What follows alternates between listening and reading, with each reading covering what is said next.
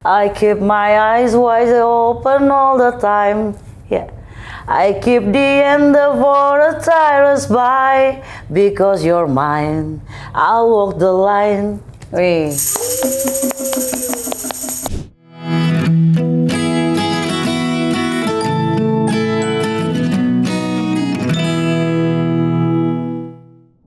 Selamat datang di rumah manis kita, Lollipop, Love, Life, and Podcast. Tempat kita akan ngobrolin tentang cinta, kebahagiaan, dan kehidupan tentunya. Yang kadang selalu mudah, tapi selalu banyak makna.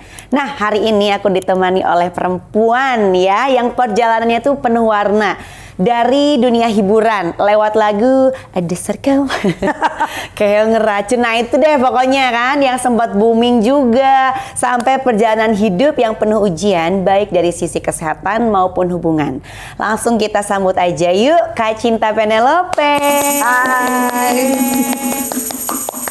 Gimana kakak kabarnya hari ini? Alhamdulillah sehat. Selfie gimana? Alhamdulillah juga, ya Allah. Gimana perjalanan? Nanya salah. Saya yang mau mewawancarai kakak ya, bukan saya yang diwawancarai ya. Kak, kita mulai dari pertanyaan yang ringan dulu ya. Ada nggak sih satu kebiasaan kamu ya yang sebenarnya orang nggak banyak tahu? Kebiasaan aku, jujur. Iyalah, Tukang kentut. ya Allah.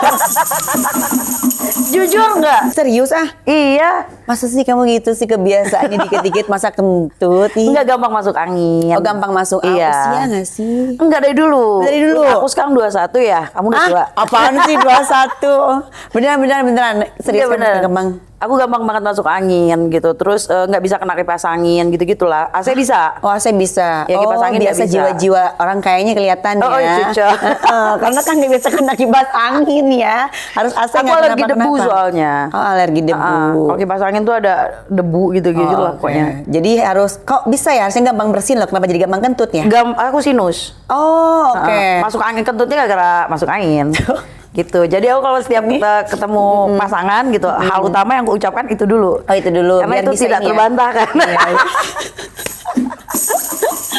Biar bisa lebih menerima ya daripada Ember. nanti kaget kan. Daripada Iya, bener sih. ilfil, daripada kamu nahan-nahan kentut bunyi-bunyi kan perutnya. Jadi nggak enak juga, apalagi kalau yang bunyi nggak ada suaranya. Nah, Apa momen yang benar-benar kena di hatinya Kak Cinta gitu ya, sampai akhirnya udah aku mau memutuskan untuk berubah dan berhijrah gitu. kalau itu sih lumayan panjang itu. Jangan. Podcastnya bisa sampai part berapa Ya, gitu. ambil yang sisi positifnya biar jadi motivasi buat teman-teman. Iya, Termasuk maksudnya gini, aku tuh kan nggak pintar bicara ya sebenarnya gitu. Maksudnya apa yang aku lihat itu aku omongin gitu. Nah, waktu itu juga kesabaran aku tipis kan gitu loh. Pasti Aries lu ya. Jelas. Terus akhirnya pas aku dengar Ustadz Abdul Somad dulu ngomongin lagu Keong Racun, aku emosi gitu. Oh, kenapa itu Kak? Iya kan katanya nggak boleh lagu musik sih boleh-boleh aja asalkan lagunya jangan Keong Racun, Cinta Satu Malam katanya. Gue ngerasa lirik gue berbeda dengan Cinta Satu Malam gitu kan. Sumbu pendek aku langsung aku samperin. Ya Allah, sambil labrak ya sabar terus. Nah aku samperin ternyata sambil nunggu gitu kan, nunggu beliau selesai ceramah.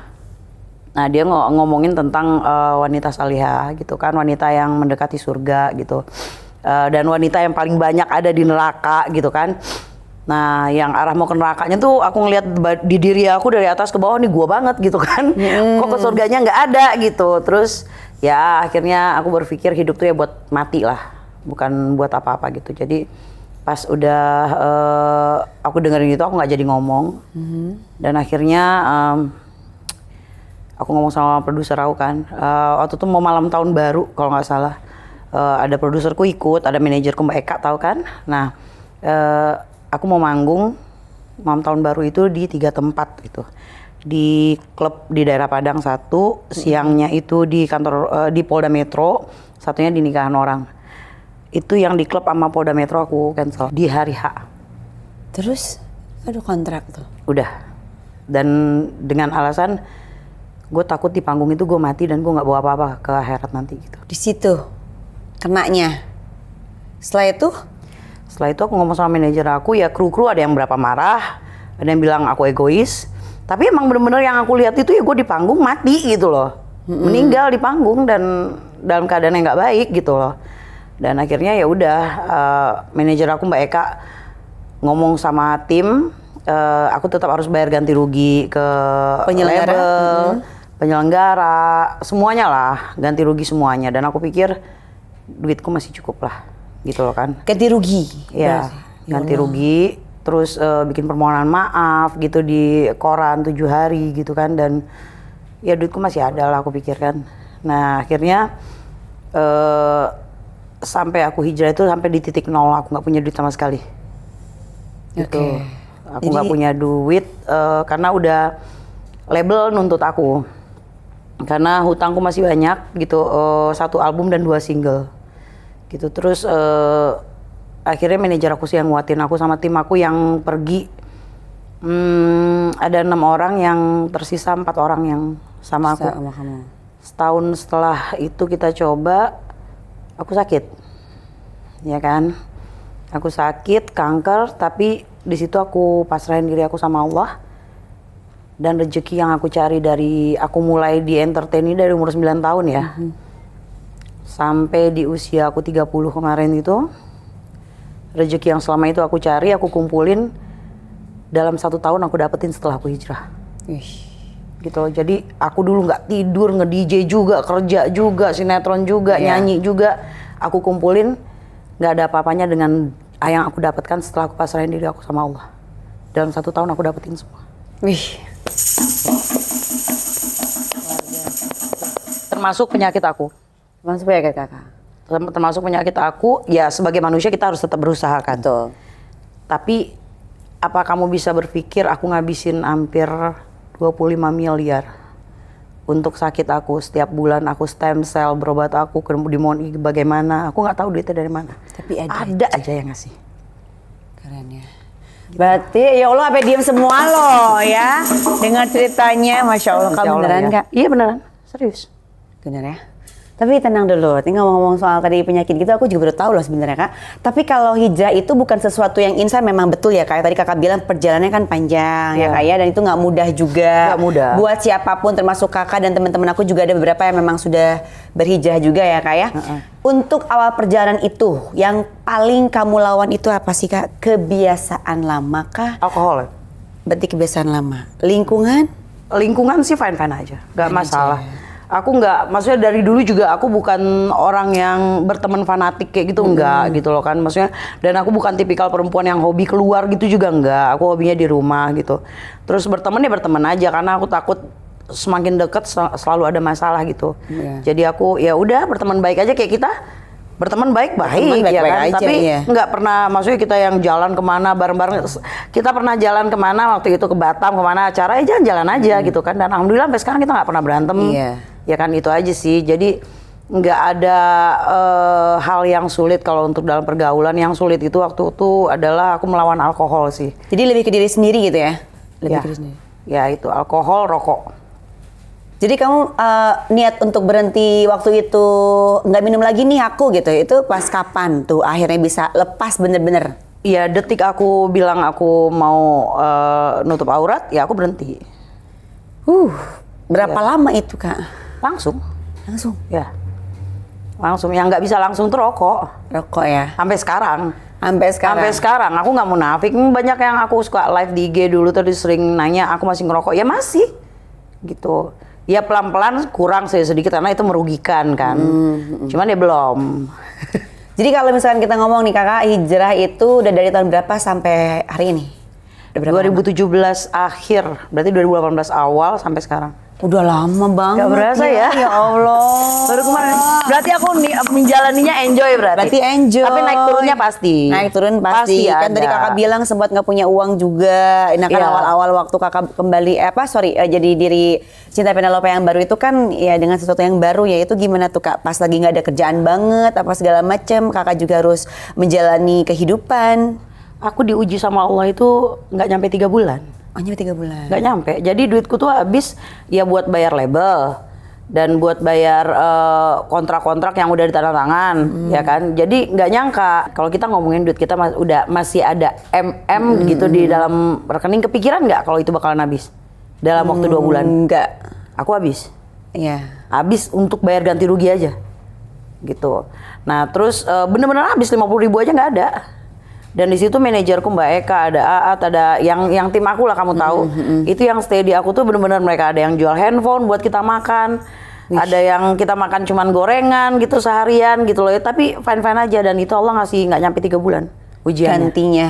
Setelah itu baru. Diujinya.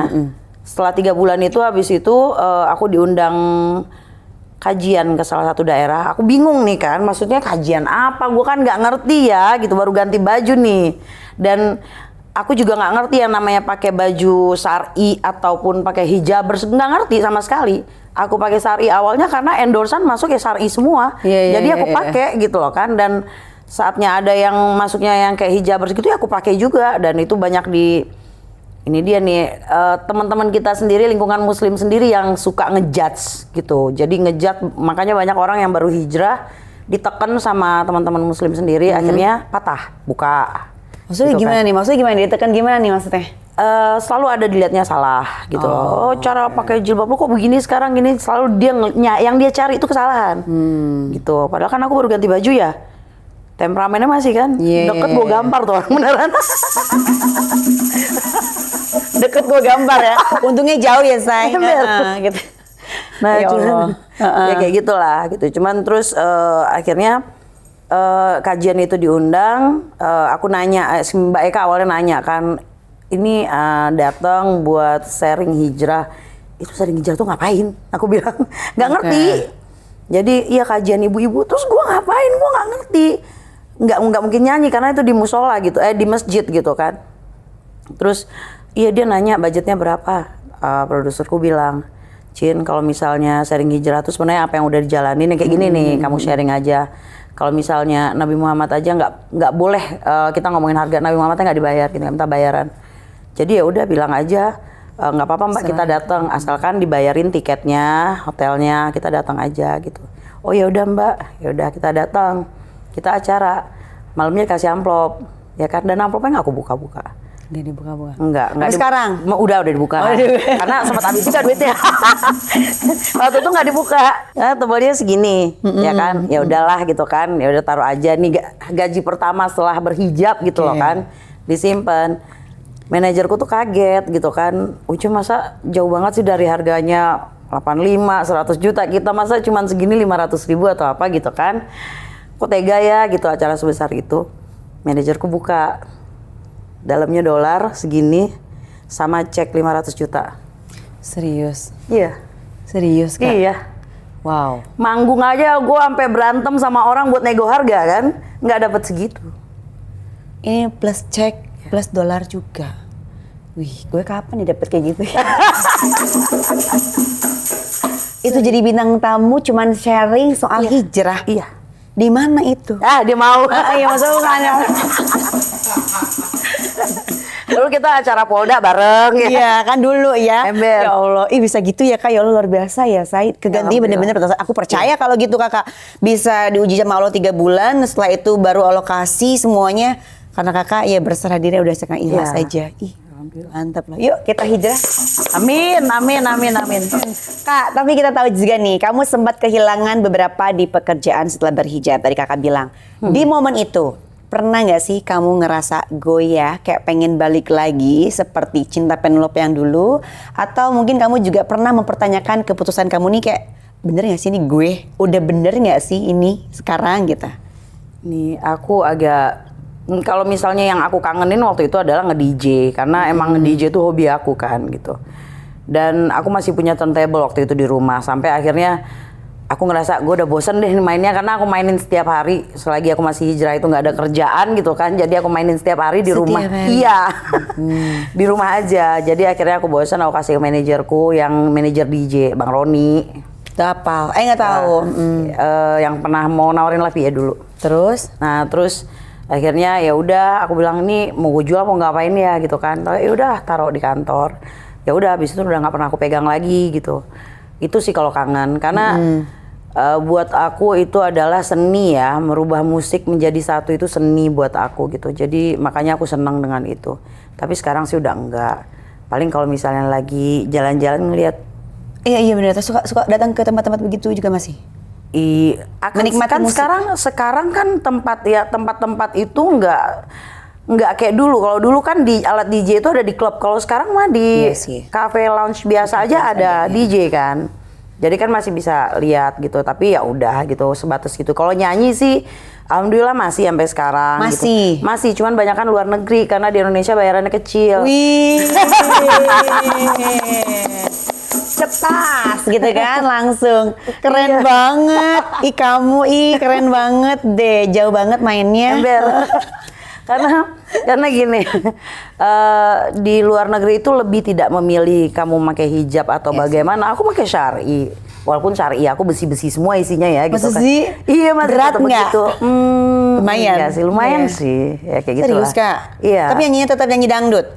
Enggak, kalau di luar negeri itu mereka lebih ke nyanyi lagu-lagu lama sih sebenarnya. Karena banyak mereka tuh yang nggak pulang 30 tahun.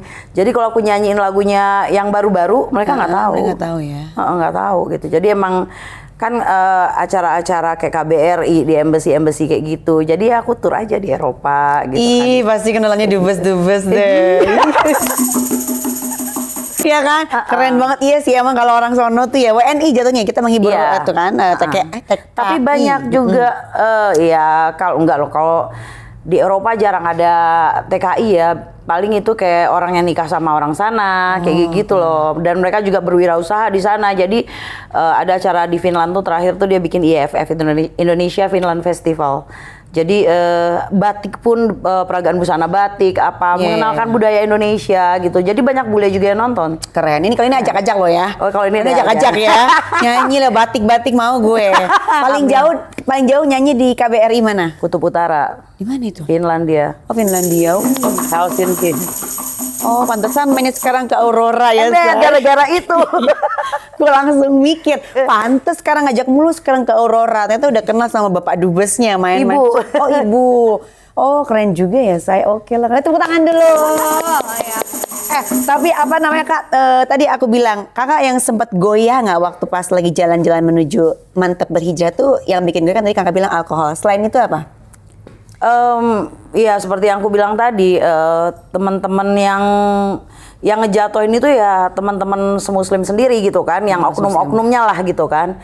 Tapi alhamdulillah aku punya Indadari sebagai sahabat aku di situ. Indadari itu benar-benar ngerangkul aku dan dia udah bilang di awal, inget Cin, kamu baru berhijrah tuh dipuja-puja orang, habis itu kamu mulai didatangkan fitnah, habis itu kamu mulai datangkan ini, jangan kaget ya yang gitu dia ngomong.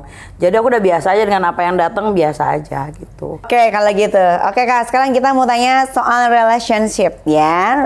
Itu aku balik nanya nih. Kamu gimana relationship-nya sama Yang mana?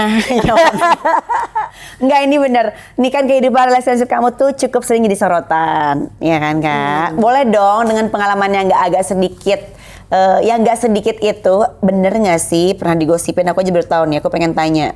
Kok melotot sih? Ini aku belum nanya loh. Ini aku belum nanya. Karena aku emang sama Enggak, aku cuma pengen tanya. Bahkan katanya kakak pernah digosipkan, pernah 6 kali menikah, bener nggak sih? Oh bener, kalau gosipnya kayak gitu bener gosip ya. Itu gosip. Gosip, bener. Gosip itu Gosip adalah bener. fakta yang tertunda. Enggak, jadi kamu kan ngerasain ya kita dibayar buat settingan. Oh iya.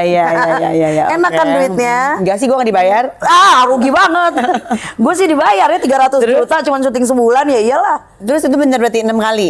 Settingan apa Lupa bohongan? aku 6 apa 7 kali gitu. Gitu aku lupa. Ya banyak yang settingan. Sampai nikah? Enggak. Pacaran doang? Enggak pacaran juga. Kadang-kadang dia datang sama tante-tantenya kok.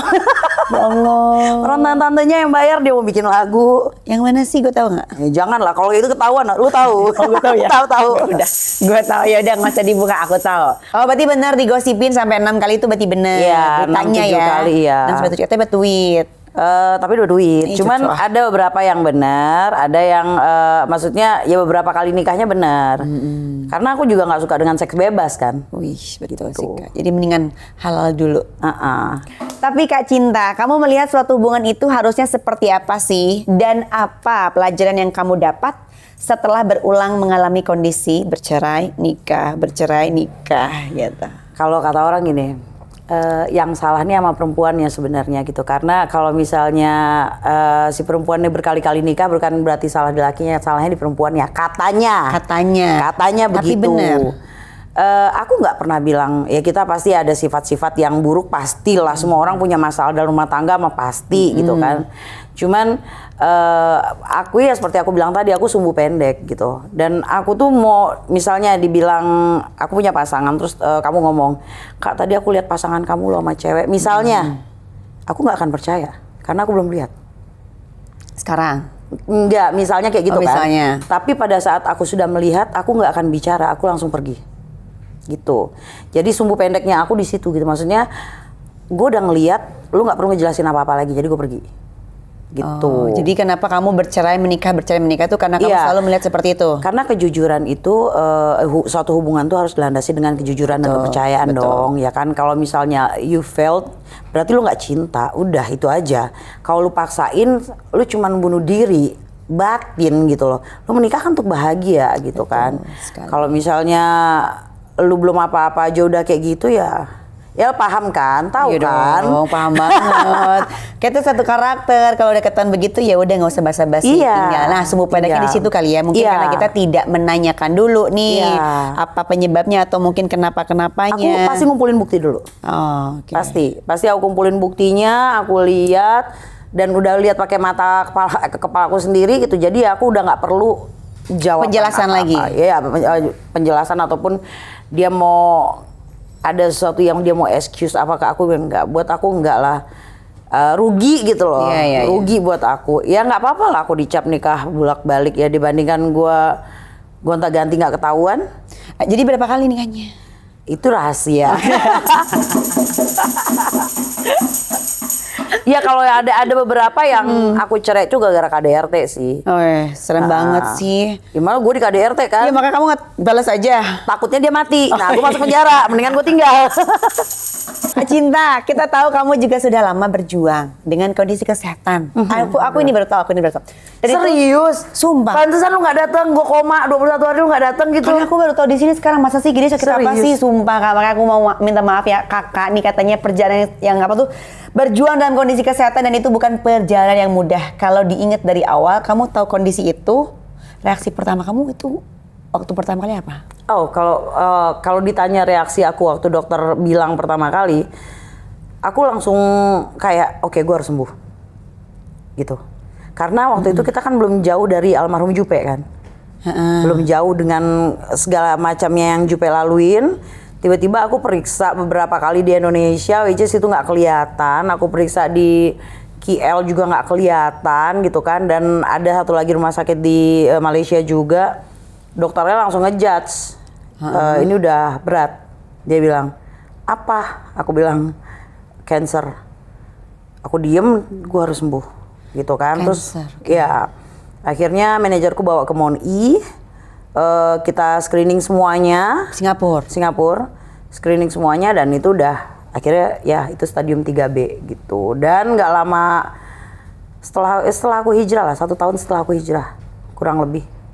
Di pertengahan 2000 ya, belum setahun aku hijrah lah. Udah diangkat? Apanya? Kankernya? Dipotong tuh Bafalopinya karena kankerku ini kanker berbeda. Jarang mungkin 1 juta satu orang yang punya gitu kan, nggak biasa gitu.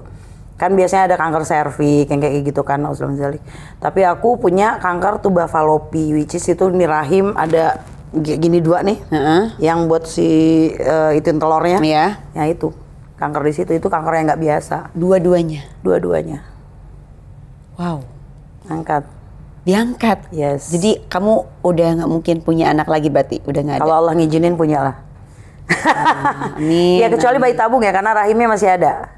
Oh, rahimnya masih ada. Ya. Jadi yang diambil tuh yang tuba falopinya. Gitu.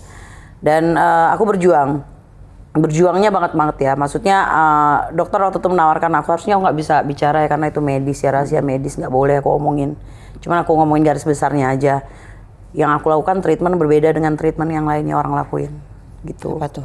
Iya nggak bisa, itu medis gitu. Jadi aku nggak bisa ngomong Kayak gitu. Yang pasti aku berbeda, ya aku oral kemo dan itu dipotong gitu, dan aku maintain setelah selesai habis dicek lagi di screening udah nggak ada, kita PET CT udah nggak ada, kita lakukan stem cell kayak gitu kan. Yang aku pikir duitnya nggak terlalu besar, ternyata sangat-sangat besar.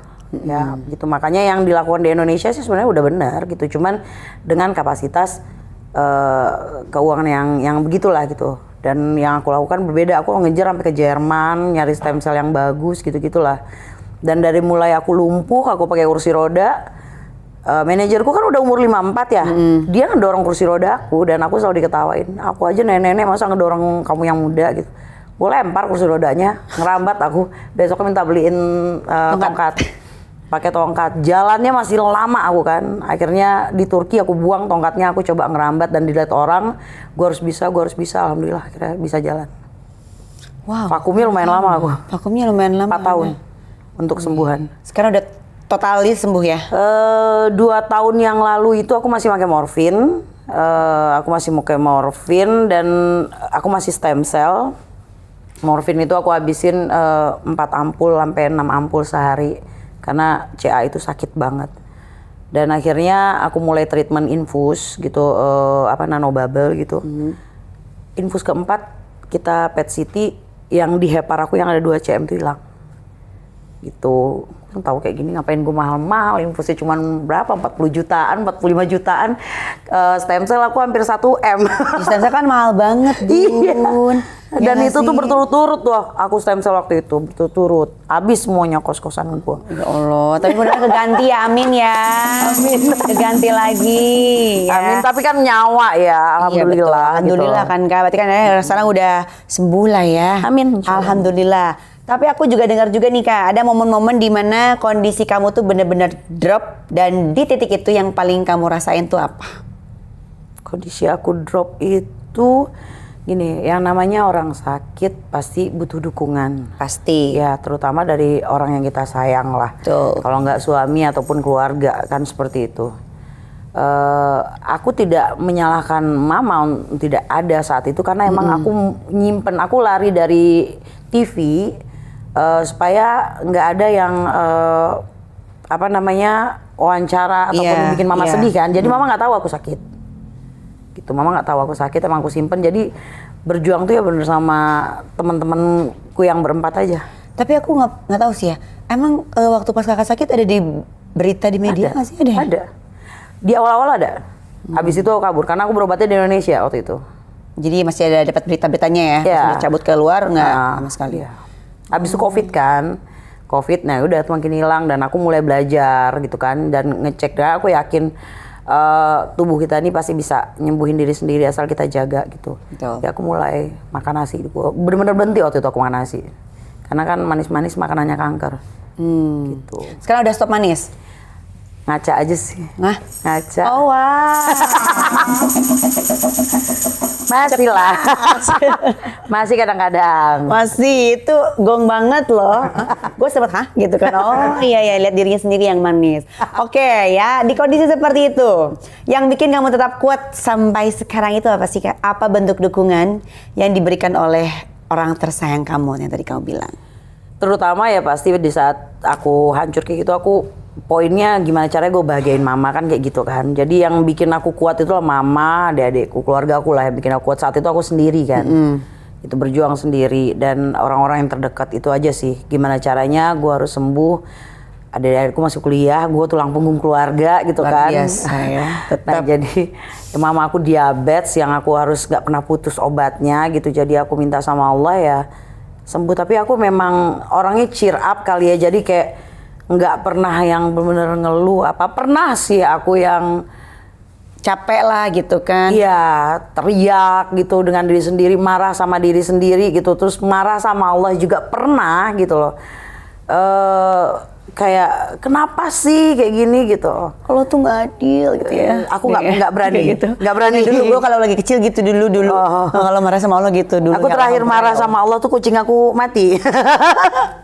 Kenapa sih sesuatu yang ku sayang diambil terus gitu? Iya, itu biasa lah. Masih kecil apa udah gede? Enggak, baru 2 minggu yang lalu. Ya Allah, baru 2 minggu lalu loh, astagfirullah. Biasa lah itu, saking sayang sama kucing. Terus? Ya kayak gitu sih, cuman diri kita positif jadi gini. Aku tuh dari dulu tuh selalu berusaha nggak pernah patokan aku untuk bersandar sama orang. Ya. Gitu. Jadi karena aku takut pada saat kita bersandar pada makhluk gitu kan, terus kita kecewa. Betul, gitu. pasti. Iya, dan itu yang aku takutin. Jadi aku nguatin diri aku sendiri, positive thinking aja, dan aku inget keluarga gitu aja, sama orang-orang yang aku sayang gitu. Oke, luar biasa ya. Sungguh luar biasa. Udah ya? Enggak dong, belum. Belum. Ini kita mau masuk ke fun segmen, Kak. Ini spill tipis ya. Boleh spill tipis. Satu hal yang sekarang kamu nggak mau ulangi lagi. Nggak mau nikah lagi. Weh, mau di atas suaminya. Iya nggak mau. Masalahnya ini juga stok lama balik lagi. 11 tahun bisanya. Iya bener, serius. Balik lagi. Iya. 11 tahun bisa berbalik lagi. Ih, keren banget kalau udah jalannya ya. Balik lagi ya. Karena ketemu Aries juga kan. Oh, jadi Aries kan sama-sama juga. gila ya. Aries juga. Masya Allah ya, udah cocok deh kalian ya. Udah sama-sama ngaco. Satu hal yang sekarang paling kamu syukuri. Kehidupan sekarang, kesehatan sekarang, aku bersyukur banget dengan rezeki yang alhamdulillah, kayak aku bilang rezekiku itu kayak apa ya, nyebutnya orang Padang batang air gitu, maksudnya ada mata airnya, jadi nggak pernah habis gitu. Sedikit, alhamdulillah nikmat dan berkah. Baik. Satu hal yang paling bikin kamu gemes tapi kangen sama pasangan kamu. Lah, ketawa. Satu hal yang bikin kamu gemes tapi kangen sama pasangan kamu. Apa ya? Apa tuh? Kan kalau dia jelas kangen sama istri yang suka kentut. Nah, kalau kamu tuh apa gitu? Ya, sama berdua. Hah? Sama. Serius? Astagfirullahaladzim. Satu negara yang pengen kamu kunjungi tahun ini, spill dong sis. Satu negara ya, yang pengennya aku bisa berhaji sih, pengennya, cuman kan udah nggak mungkin ya, maksudnya nggak ada yang nggak mungkin sih. Nggak ada yang nggak mungkin, ya, kenapa? Ya pengen, jadi gini, aku pengen mama berangkat dulu. Okay. Ya, mama kalau berangkat, aku harus ikut katanya, ya kan? Dan kalau mama berangkat, pasti aku pakai yang terbaik dong, yang which is sekarang udah 600 jutaan, ya wow, kan? 600 juta satu orang. Kalau mama berangkat, pasti papi berangkat kan? Papi berangkat, kalau nanti kan dipisah tuh yang cowok-cowok, yang cewek-cewek nanti kan. Nah mama tuh takut sendiri karena siapa yang nyuntikin insulin dia gitu. Jadi aku harus ikut gitu. Jadi ya kalau misalnya aku ikut, tentu suami ikut kan. Okay. Jadi udah berempat, jadi 6 kali 4 gitu kan. Jadi lumayan. Belum inilah. Minta doanya, mana tahu kan tahun depan ada turun 100 miliar gitu kan ke aku ya. Oke, satu lagu favorit yang ada di top playlist kamu saat ini apa? Dan coba nyanyiin dikit. Waduh. Kan aku pengen tahu kamu penyanyi, Say. Penyanyi terkenal internasional lah. Satu lagu yang ada di top list. Top list aku. Johnny Cash sih. Ya udah nyanyiin dikit. Nah, itu dia, gue kurang hafal tuh. Mana sih? Tapi aku suka musiknya Johnny Cash. Aku ngefans sama dia dulu, cuman nggak pernah bisa nonton konsernya karena aku lahir dia meninggal, gitu ya. Aku lahir dia meninggal. Iya, udah tua banget kan. Terus tahu lagu itu dari mana? Kalau kamu pas lahir dia meninggal. Pasti kita tahu lagu-lagu lama lah. Cuman kita suka gitu. Dan aku nonton filmnya juga. Filmnya waktu itu dibikin juga si Johnny Cash, judulnya Walk the Line. Dan kehidupan musisi sih, kehidupan musisi. Jadi aku senang, tapi mau nyanyi malu. Iya, orang cuma dikit-dikit tungguin. Udah tungguin, orang cuma sedikit doang. Buat opening kasihlah dikit. Buat opening ya? Iya dong. Aduh, lagunya gimana ya? I keep my eyes wide open all the time. Yeah. I keep the end for the tires by because you're mine. I'll walk the line. Wih. Terakhir teh. Alhamdulillah udah terakhir. Tapi tenang dulu, masih ada pertanyaan terakhir. Kak Cinta, kalau kamu bisa ngobrol langsung sama orang-orang yang sedang berjuang ya, yang mungkin seperti kamu gitu kan, berjuang dalam hidupnya, mungkin soal keluarga, pasangan, atau juga kesehatan, apa yang pengen kamu sampaikan ke teman-teman? Buat aku sih satu adalah, tapi nggak harus ngikutin aku ya, maksudnya untuk bikin diri kita bahagia itu sulit banget kalau misalnya kita dapat pasangan yang toksik gitu. Jadi buat aku pentingin diri kamu, cintai diri kamu dulu baru orang lain. Buat aku. Cintai diri kamu sendiri baru orang lain. Ya, itu sih satu. Terus kedua, kalau untuk kesehatan, ikhtiar mah tetap harus jalan. Tapi pasrahkan diri sama Allah karena beliau memberikan penyakitnya dan aku yakin beliau juga udah nyiapin obatnya. Gitu. Terakhir lagi, kata-kata hari ini. Kata-kata hari ini, jadilah seperti selfie Kitty, selalu bersinar setiap saat. Sampai 16 tahun kemudian dia masih begini loh. Keren gak tuh? Serius Kak? Iya. Kamu 16 Iya, bener. tahun. Iya sih, tapi 2010 emang kita masih sana sini nyanyi ya kan. Iya, betul. Dan sampai 16 sekarang tahun kamu ya? nggak, ih 16 tahun. masih begini-gini aja. Masih ya, Kak? begini aja, badannya nggak kayak aku. Aku terlalu bahagia. Oke. Kamu makan hati ya? Terima kasih Kakak Cinta sudah berbagi cerita hari ini. Dari cerita kamu kita selalu banyak belajar. Hidup itu nggak selalu mudah, tapi selalu ada makna di setiap prosesnya. Oke, kita sama-sama doakan juga ya Kak untuk teman-teman diberikan kesehatan, selalu dikuatkan dan dimudahkan dalam setiap urusannya. Amin. Buat kalian yang lagi nonton Lollipop, hidup itu seperti permen, kadang manis, kadang asam, ada juga kadang pahitnya. Tapi semua itu terjadi dalam hidup, pasti semua ada maknanya masing-masing. Kalau hidup kamu diibaratkan lagi lollipop, lagi ada dirasa apa? Tinggal tulis di kolom komentar. Sampai ketemu di Lollipop Love Light Podcast berikutnya. Tetap sebarkan cinta dan kebahagiaan. Bye. Masa aku mau disebar.